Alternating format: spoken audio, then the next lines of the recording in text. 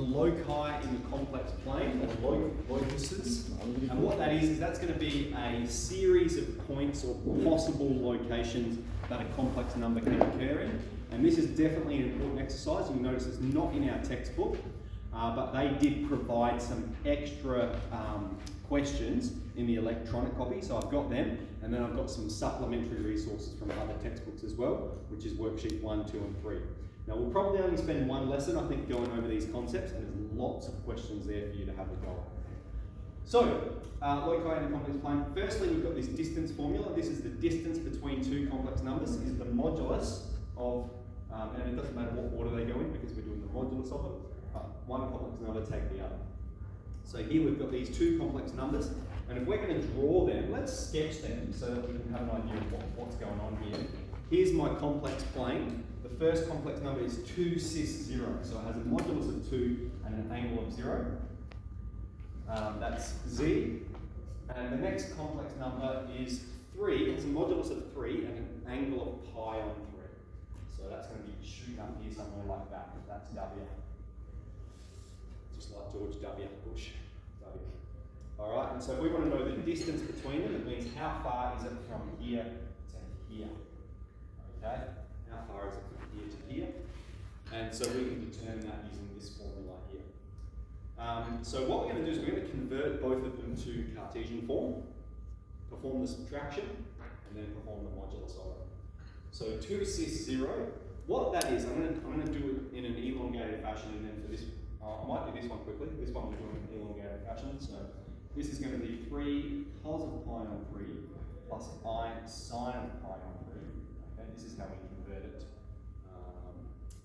to Cartesian form, which is going to be 3 times cos of pi on 3 is half, and sine of pi on 3 is root 3 on 2. And then the 3 can distribute into that.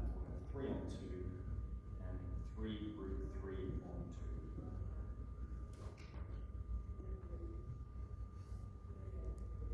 And here this is cos of 0 plus I sine of 0. And cos of 0 is 1, sine of 0 is 0, so it only distributes to the real part. Now when we perform z take away w, right, what we're doing is z take w, that's going to be this one, isn't it? We're going to have 2 take away 3 on 2, that's 2 take 1.5, that's going to be half. So we do the real component, take the real component, and then we're just left with, there's no imaginary component, so we're going to have take 3 root 3 on 2i for the imaginary component of w, and then we just need to find the modulus of that. Alright, so modulus is the square root of the square of the real component plus the square root of the square of the imaginary component. We'll process this.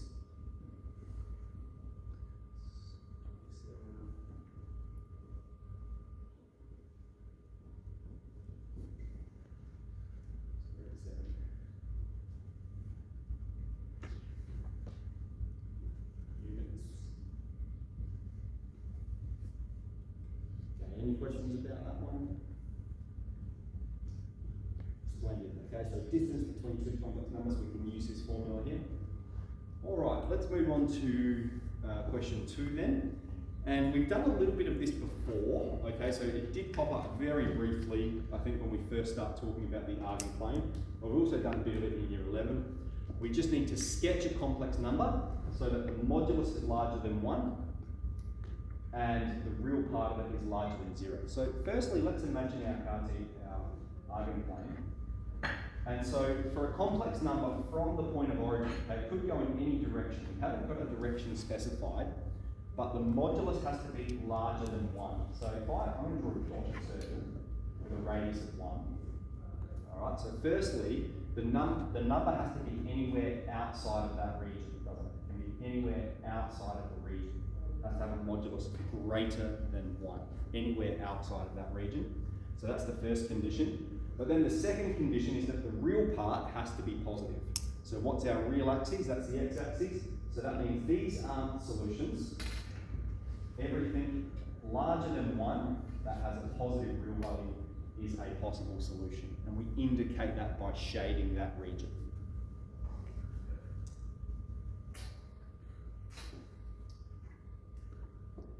Okay.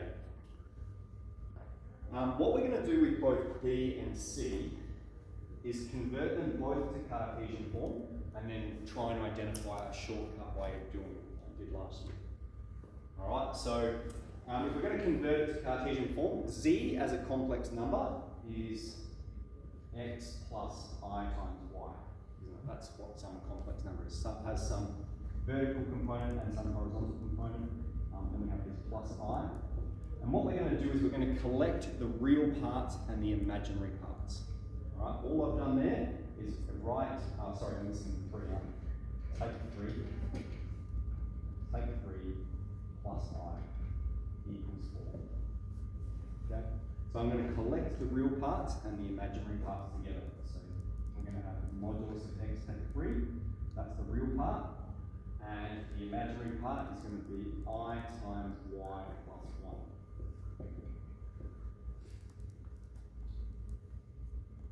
Okay? Now we know if we want to find the modulus of a complex, this is a complex number here, if we want to find the modulus of it, we're going to perform the square root of the square, aren't we? So what we have here is we've got the square root of x take 3 squared plus y plus 1 squared equals 4. And then we will square both sides to get rid of the square root.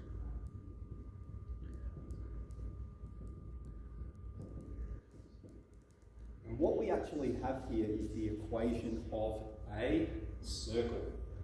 So now that I've drawn that up, I'm just going to write what is the equation of a circle. X take a squared plus y take b squared equals r squared. That is a circle, okay, that's the equation of a circle, with centre, AB, and radius r. Okay, that's what the equation of a circle is. So that means our circle here has a centre, x is 3, y is minus 1, and a radius of 4 units. Alright, so let's sketch that one here. Centre of positive 3, down 1. Okay, so that's the centre of the circle. And it has a radius of 4 units. So 4 in this direction, 4 in this direction. I'm just drawing it approximately on the whiteboard. That's it there.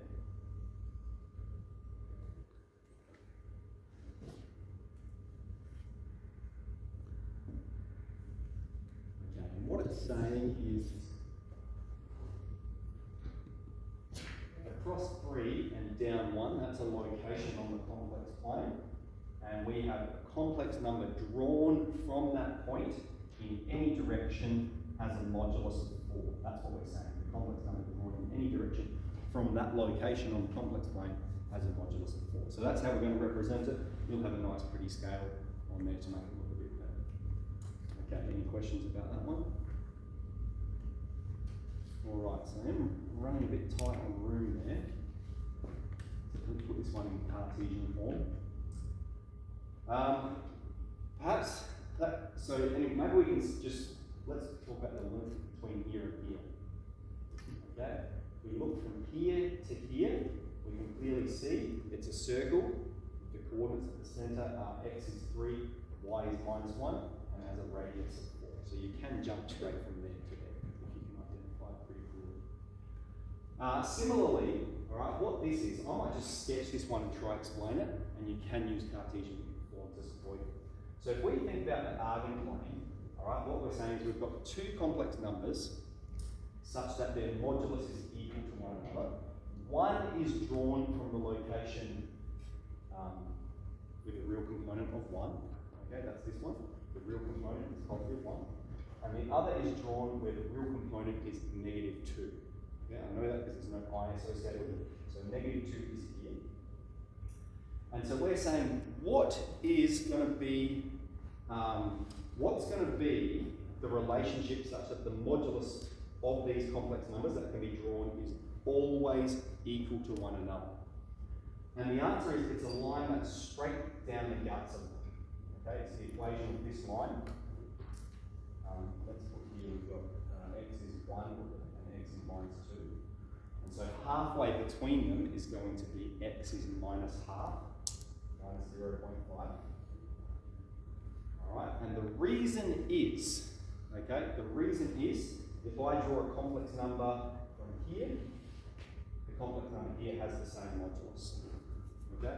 If I draw this complex number has the same modulus, they have the same length, all right? However, if you aren't, the more you do it in Cartesian form, the more you'll see that relationship. When I rotate the board around, we'll have a couple of examples like this where we can build it up in Cartesian form. Does anyone want me to do it now? I'll do it right now if we want to see the Cartesian form. One person wants me to do it, I'll do it. Yep, let's do it. Okay, so I'll just make a bit of space because we're running out.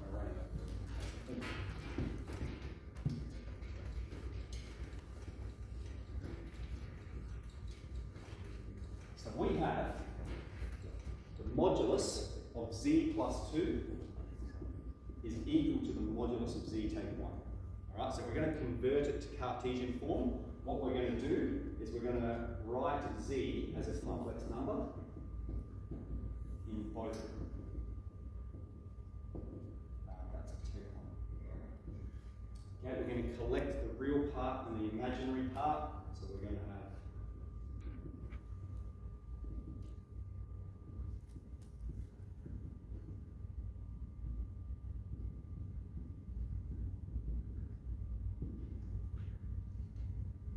okay, so we've collected the complex number there, and then we're going to perform the modulus. So the modulus means we're going to have the square root of x plus 2 squared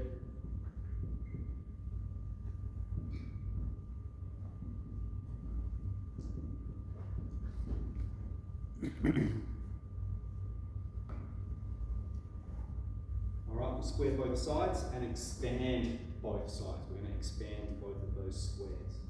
So here I'm going to have x squared plus 4x plus 4 plus y squared. Here I'm going to have x squared take 2x plus 1 plus y squared. And then we just cancel for all help. We get rid of everything we can.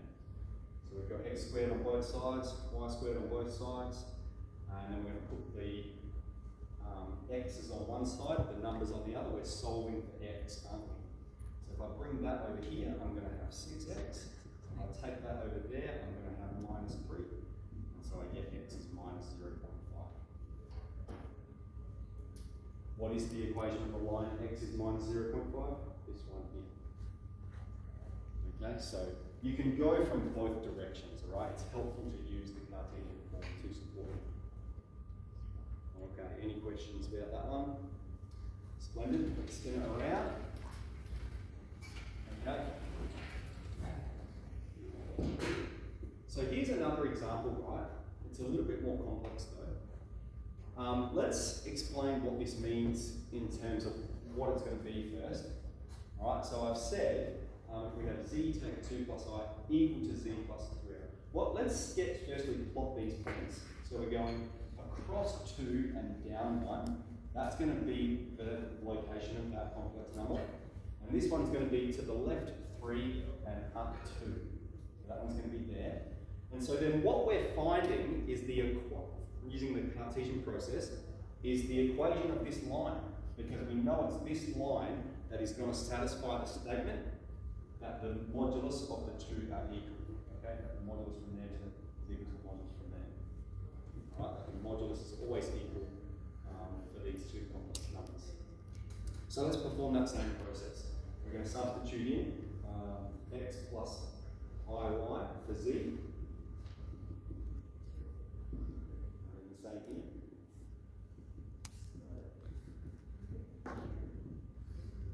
Alright, we'll collect the real components and the imaginary components.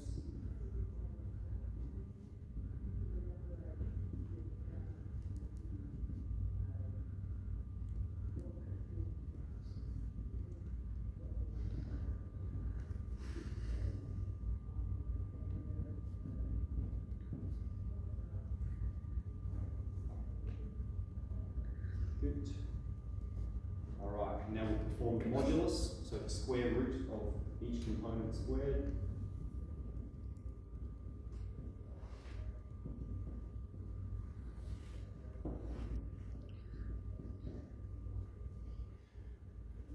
Square both sides and expand both sides.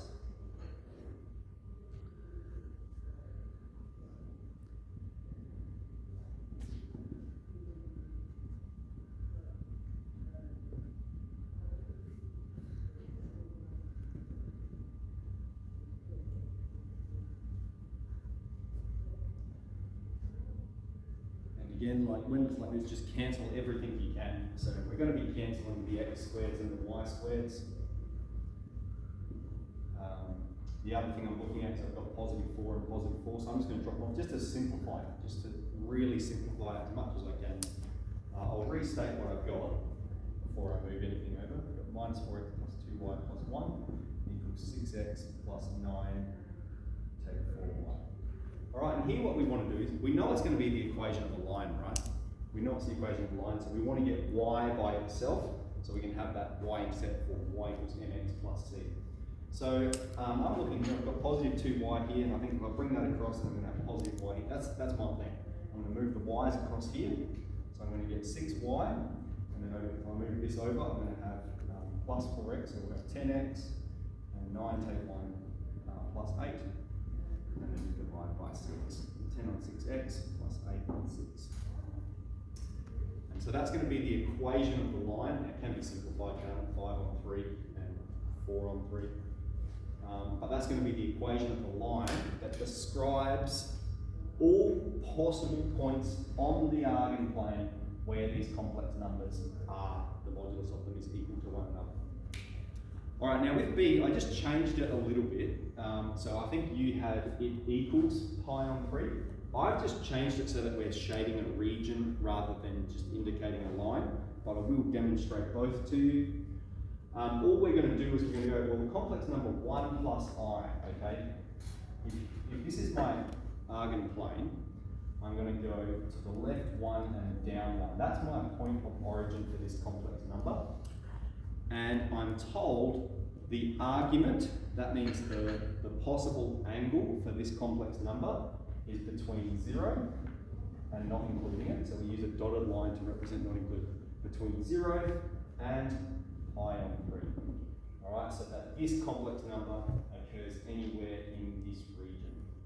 Alright, we don't have a restricted modulus, so it does go on forever, anywhere in that region. If you were just asked to answer the first question that I gave you, then it's just going to be this, isn't it? It's the complex number from that point with that argument. Splendid. All right, so let's have a go at the worksheet here. Worksheet 1, make our way through it. Good luck.